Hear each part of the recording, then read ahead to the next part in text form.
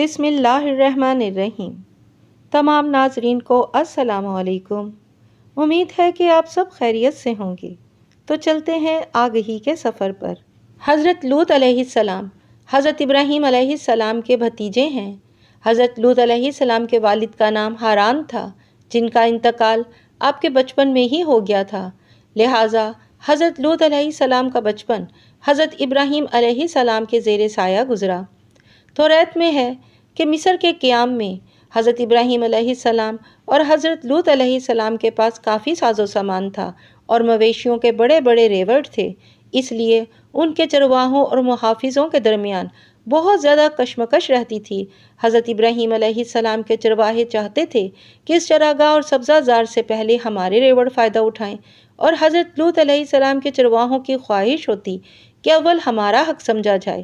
حضرت ابراہیم علیہ السلام نے اس صورتحال کا اندازہ کر کے حضرت لوط علیہ السلام سے مشورہ کیا اور یہ طے پایا کہ باہمی تعلقات کی خوشگواری اور دائمی محبت اور الفت کی بقا کے لیے ضروری ہے کہ حضرت لوط علیہ السلام مصر سے ہجرت کر کے شرق اردن کے علاقے سدوم اور آمورہ چلے جائیں اور وہاں رہ کے دین کی تبلیغ کرتے رہیں اور حضرت ابراہیم علیہ السلام کی رسالت کا پیغام حق سناتے رہیں، اور حضرت ابراہیم علیہ السلام پھر واپس فلسطین چلے جائیں اور وہاں رہ کر اسلام کی تعلیم اور تبلیغ کو سربلند کریں۔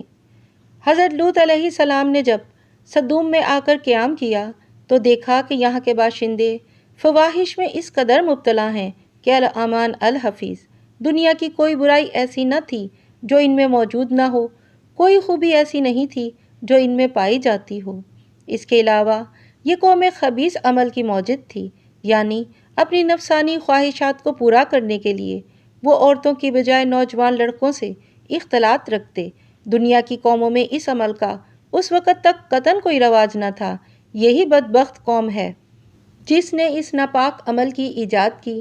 اس عمل کا نام لواطت مشہور ہے، اور اس سے بھی زیادہ شرارت، خباثت اور بے حیائی یہ تھی کہ وہ اپنی اس بد کرداری کو عیب نہیں سمجھتے تھے اور علی الاعلان فخر و مباحات کے ساتھ اس کو کرتے رہتے تھے۔ اہل سدوم کی یہ بھی عادت تھی کہ وہ باہر سے آنے والے تاجروں اور سوداگروں کے مال کو ایک نئے اور اچھوتے انداز سے لوٹ لیا کرتے تھے۔ ان کا طریقہ کار یہ تھا کہ جب کوئی سوداگر باہر سے آ کر سودام میں مقیم ہوتا تو اس کے مال کو دیکھنے کے بہانے ہر شخص تھوڑی تھوڑی چیزیں اٹھاتا اور لے کر چل دیتا، اور تاجر بیچارہ حیران و پریشان ہو کر رہ جاتا۔ اب اگر اس نے اپنے ضائع مال کا شکوہ کیا اور رونے دھونے لگا، ان لٹیروں میں سے ایک آتا اور لوٹی ہوئی دو ایک چیز دکھلا کر کہنے لگتا کہ بھائی میں تو یہ لے کر گیا تھا، لو تمہاری یہ چیز موجود ہے۔ وہ رنجیدہ آواز میں کہتا کہ میں اس کو لے کر کیا کروں گا، جہاں میرا سارا مال لٹ گیا وہاں یہ بھی صحیح، جا تو ہی اپنے پاس رکھ لے۔ جب یہ معاملہ ختم ہو جاتا تو اب دوسرا آتا اور وہ بھی اسی طرح کوئی معمولی چیز دکھا کر وہی کہتا جو پہلے نے کہا تھا، اور سوداگر رنج و غم اور غصے میں اس سے بھی پہلی والی بات لوٹا کر کہہ دیتا۔ اسی طرح سب اس کا مال ہضم کر جاتے اور سوداگر کو لوٹ کھسوٹ کر بھگا دیتے۔ حضرت ابراہیم علیہ السلام اور بی بی سارہ رضی اللہ عنہا نے ایک مرتبہ حضرت لوط علیہ السلام کی عافیت اور خیر معلوم کرنے کے لیے اپنے گھر والوں میں سے الیرز دمشقی کو سدوم بھیجا۔ یہ بستی کے قریب پہنچے تو اجنبی سمجھ کر ایک سدومی نے ان کے سر پر پتھر کھینچ مارا۔ الیرز کے سر سے خون جاری ہو گیا۔ تب آگے بڑھ کر سدومی کہنے لگا، میرے پتھر کی وجہ سے یہ تیرا سر سرخ ہوا ہے، لہٰذا مجھے اس کا معاوضہ ادا کر، اور اس مطالبے کے لیے کھینچتا ہوا سدوم کی عدالت میں لے گیا۔ حاکم سدوم نے مدعی کا بیان سن کر کہا کہ بے شک الیرز کو سدومی کے پتھر مارنے کی اجرت دینی چاہیے۔ الیرز یہ سن کر غصے میں آ گیا اور ایک پتھر اٹھا کر حاکم کے سر پر دے مارا اور کہنے لگا، میرے پتھر مارنے کی جو اجرت ہے وہ تو اس سدومی کو دے دینا، اور یہ کہہ کر وہاں سے بھاگ گیا۔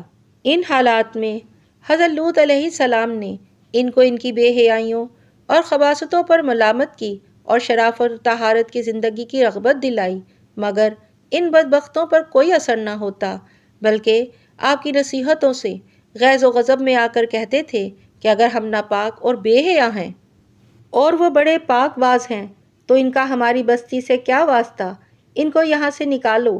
حضرت لوط علیہ السلام نے پھر ایک مرتبہ بھری محفل میں ان کو نصیحت کی اور فرمایا، تم کو بھی اتنا بھی احساس نہیں رہا کہ یہ سمجھ سکے کہ مردوں کے ساتھ بے حیائی کا تعلق، لوٹ مار اور اس قسم کی بد اخلاقیاں بہت برے اعمال ہیں۔ تم یہ سب کچھ کرتے ہو اور بھری محفلوں اور مجلسوں میں کرتے ہو، اور شرمندہ ہونے کی بجائے بعد میں ان کا ذکر اس طرح سناتے ہو کہ گویا یہ کارنامیاں ہیں جو تم نے انجام دیے۔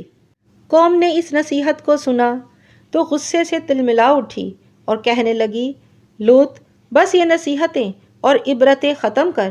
اگر ہمارے ان اعمال سے تیرا خدا ناراض ہے تو وہ عذاب لا کر دکھا جس کا ذکر کر کے بار بار ہم کو ڈراتا ہے، اور اگر تو واقعی اپنے قول میں سچا ہے تو ہمارا تیرا فیصلہ ہو جانا ہی اب ضروری ہے۔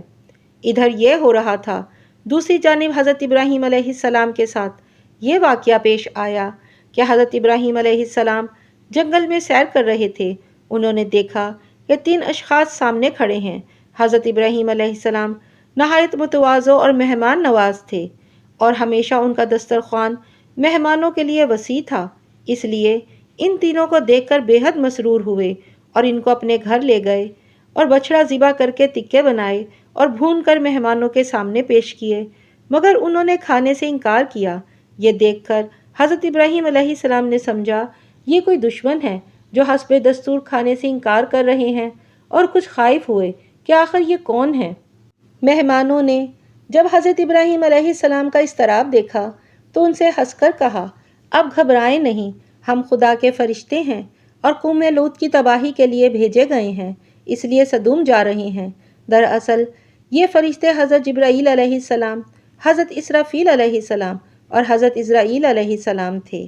جب حضرت ابراہیم علیہ السلام کو اطمینان ہو گیا کہ یہ دشمن نہیں ہیں بلکہ اللہ کے فرشتے ہیں، تو اب ان کی محبت و شفقت کی فراوانی غالب آئی، اور انہوں نے قوم لوط علیہ السلام کی جانب سے جھگڑنا شروع کر دیا اور فرمانے لگے کہ تم اس قوم کو کیسے برباد کرنے جا رہے ہو جس میں لوط جیسا نبی موجود ہے۔ فرشتوں نے کہا، ہم یہ سب کچھ جانتے ہیں، مگر خدا کا یہ فیصلہ ہے کہ قوم لوط اپنی سرکشی، بدعملی، بے حیائی اور فواحش پر اصرار کی وجہ سے ضرور ہلاک کی جائے گی، اور لوط اور اس کا خاندان اس عذاب سے محفوظ رہے گا۔ البتہ لوط کی بیوی اپنی قوم کی حمایت اور ان کی بدعمالیوں کی میں شرکت کی وجہ سے قوم لوط ہی کے ساتھ عذاب پائے گی۔ لہٰذا فرشتے حضرت ابراہیم علیہ السلام کے پاس سے روانہ ہو کر سدوم پہنچے اور لوط علیہ السلام کے یہاں مہمان ہوئے۔ یہ اپنی شکل و صورت میں حسین و خوبصورت اور عمر میں نوجوان لڑکوں کی شکل و صورت میں تھے۔ حضرت لوط علیہ السلام نے ان مہمانوں کو دیکھا تو گھبرا گئے اور ڈرے کہ بدبخت قوم میرے ان مہمانوں کے ساتھ کیا معاملہ کرے گی، کیونکہ ابھی تک ان کو یہ نہیں بتایا گیا تھا کہ یہ خدا کے پاک فرشتے ہیں۔ ابھی حضرت لوط علیہ السلام اسی کشمکش میں تھے کہ قوم کو خبر لگ گئی۔ کہتے ہیں کہ قوم کو مہمانوں کی اطلاع ان کی بیوی نے ہی دی تھی، اور شہر کے لوگ خوشیاں مناتے ہوئے آ پہنچے۔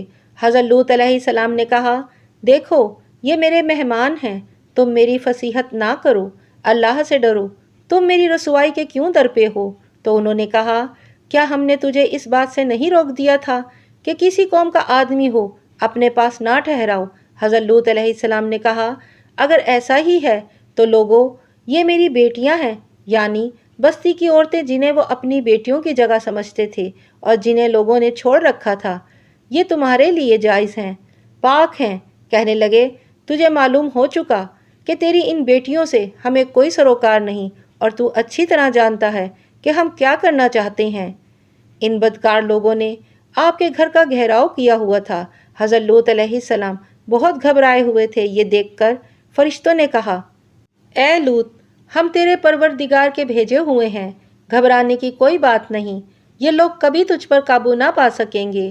آپ یوں کریں کہ جب رات کا ایک حصہ گزر جائے تو اپنے گھر کے آدمیوں کو ساتھ لے کر نکل جائیں، اور تم میں سے کوئی ادھر ادھر نہ دیکھے، مگر تیری بیوی ساتھ دینے والی نہیں، وہ پیچھے رہ جائے گی، اور جو کچھ ان لوگوں پر گزرتا ہے وہ اس پر بھی گزرے گا، اور ان لوگوں کے لیے عذاب کا وقت صبح کا ہے۔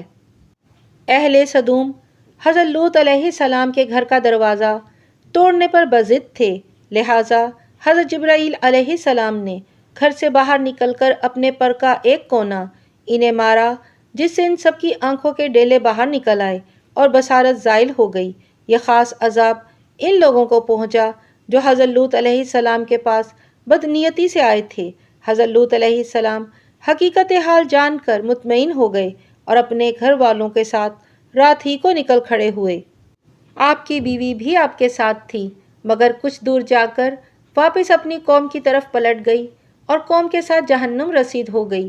صبح ہوئی تو اللہ کے حکم سے حضرت جبرائیل علیہ السلام نے بستی کو اپنے پر سے اکھاڑ دیا اور پھر بستی کو اٹھا کر آسمان تک چلے گئے، یہاں تک کہ آسمان والوں نے کتے کے بھونکنے اور مرغوں کے بولنے کی آوازیں سنی۔ پھر اس زمین کو بستی پر دے مارا، جس کے بعد ان پر پتھروں کی بارش ہوئی۔ ہر پتھر پر مرنے والے کا نام لکھا ہوا تھا۔ یہ پتھر ان کو لگتے تو سر پاش پاش ہو جاتے۔ صبح سویرے شروع ہونے والا یہ عذاب اشراق تک پوری بستی نیست و نابود کر چکا تھا۔ اردن کی جانب، جہاں آج بحر میت یا بحر لوط واقع ہے، یہی وہ جگہ ہے جس میں سدوم اور عمورہ کی بستیاں آباد تھیں۔ یہ مقام شروع سے سمندر نہیں تھا، بلکہ جب قوم لوط پر عذاب آیا اور اس سرزمین کا تختہ الٹ دیا گیا اور سخت زلزلے اور بھونچال آئے، تب یہ زمین تقریباً 400 میٹر سمندر سے نیچے چلی گئی اور پانی ابھر آیا۔ اس لیے اس کا نام بحر میت یا بحر لوط ہے۔ اہل سدوم، جنہیں پتھر بنا دیا گیا تھا، ان کے بت آج بھی بحر مردار کے پاس موجود ہیں، جو تا قیامت لوگوں کے لیے ایک عبرت ہے۔ روایتوں کے مطابق ایک مرتبہ حضرت سلیمان علیہ السلام نے شیطان سے پوچھا، اللہ کے نزدیک سب سے بدترین عمل کیا ہے؟ ابلیس بولا، جب مرد مرد سے بدفعلی کرے اور عورت عورت سے خواہش پوری کرے۔ حضرت ابن عباس رضی اللہ تعالی عنہ سے روایت ہے کہ رسول اللہ صلی اللہ علیہ وسلم نے فرمایا، اس شخص پر اللہ پاک کی لعنت ہو جو قوم لوط والا عمل کرے۔